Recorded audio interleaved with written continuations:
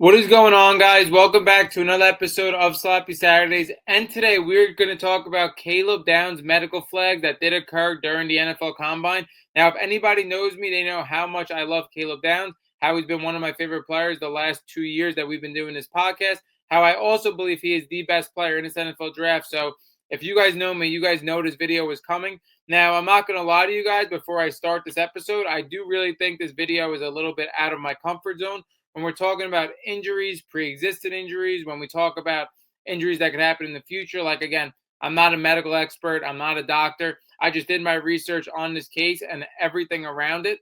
And I want to talk about how it could possibly affect his draft stock. Now, we're also going to talk about in this video how it compares to Will Johnson's injury last year, because everybody remembers Will Johnson did have a medical flag last year. Will Johnson, I think in mock draft going into that draft year, was a top 10 pick, maybe top 15 pick, and then he slid all the way down to the second round to the Arizona Cardinals. But I'm going to talk about why I believe Caleb Downs' situation is completely different from that situation. I'm also going to talk about why, when we talk about Caleb Downs' medical flag having a partially torn meniscus and a degenerative ACL, why this is something not to worry about.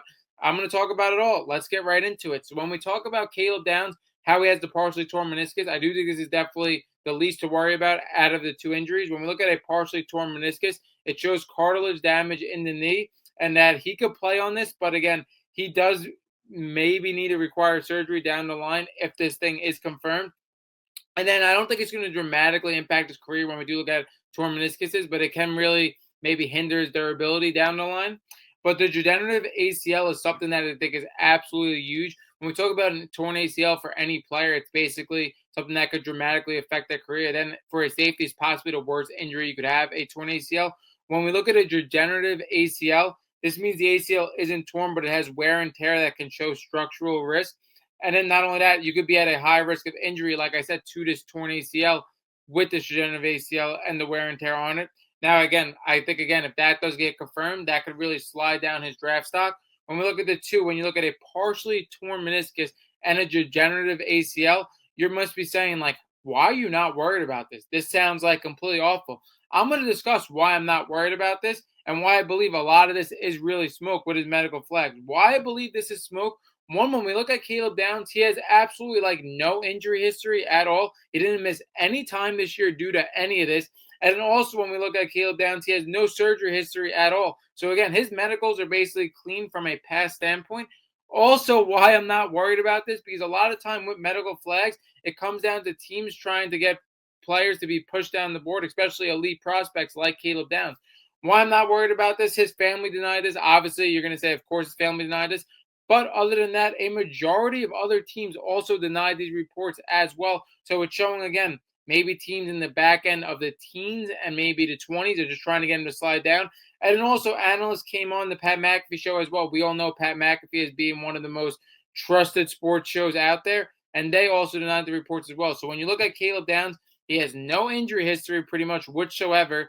Other teams also denied these reports. And then when you look at, again, the analysts coming on the Pat McAfee show as well, also denying these reports, I feel like everything is going in the right direction when it comes in terms of this medical flag of it being pretty much smoke. Like I said, the biggest thing for Caleb Downs, I think, is just the no injury history and him not missing any time because of this. And again, when you look in his film, it shows no effects of any of these things happening.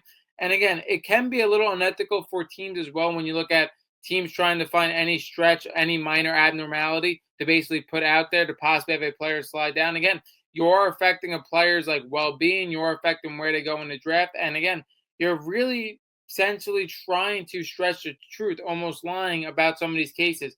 Now, I also want to talk about the difference between his medical flag and Will Johnson's.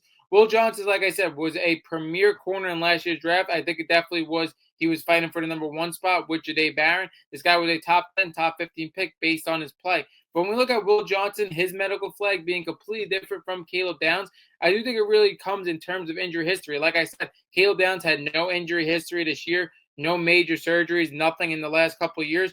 Will Johnson's play basically and his medical flag showed based on the injuries that he did have throughout the season. Will Johnson in his last year coming into the NFL draft, he was in and out based on these injury concerns. During Michigan season, he had multiple visible injuries that he missed time with. They had a soft tissue reoccurrence rate. And also with these injuries, in terms of the medical flag, you showed a notable effect from these injuries in his play in the film. So again, for Will Johnson, the difference between him and Caleb Downs and why I believe Will Johnson dropped so much because the medicals that he was flagged on was because of the injuries that he basically occurred throughout that whole entire season. Where Caleb Downs was clean the whole entire season, he didn't miss any time, didn't have any surgeries.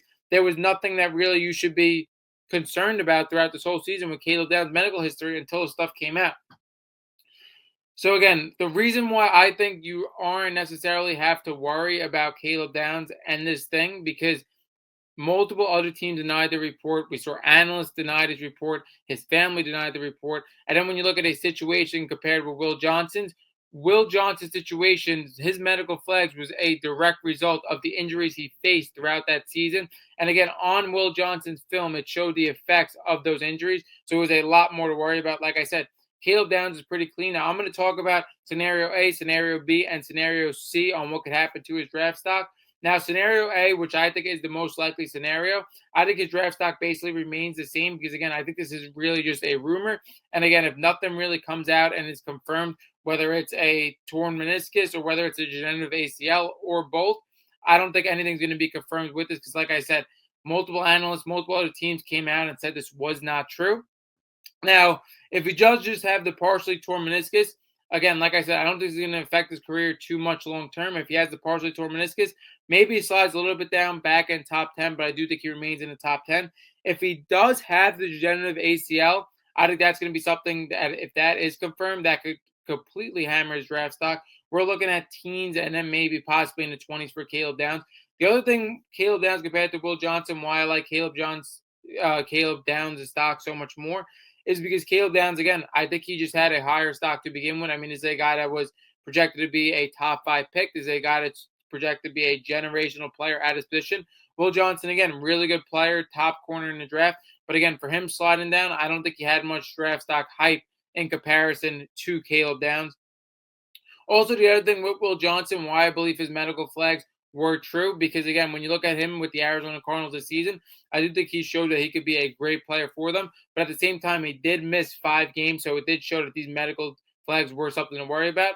And like I said, the biggest difference when you talk about Will Johnson in comparison to Caleb Downs when it comes to these medical flags is Will Johnson had this nagging injury throughout the season that was in relation to his medical flags. And again, it showed on the film the effects of this injury, where in Caleb Downs' sense, he was absolutely clean this whole season, didn't miss any time, and doesn't have any major surgery history. That wraps up this episode of Sloppy Saturdays going off of Caleb Downs' red flags, medical flags. Drop down below if you think this is going to affect his draft stock or not. Obviously, Caleb Downs is one of my favorite players in college football, my favorite player in his NFL draft, and I obviously do not want to see him slide down. And again, I think it's just a little unethical rumor. I don't think nothing's going to come out of this. That wraps up this episode of Sloppy Saturdays going over Caleb Downs' medical flags, and we are out.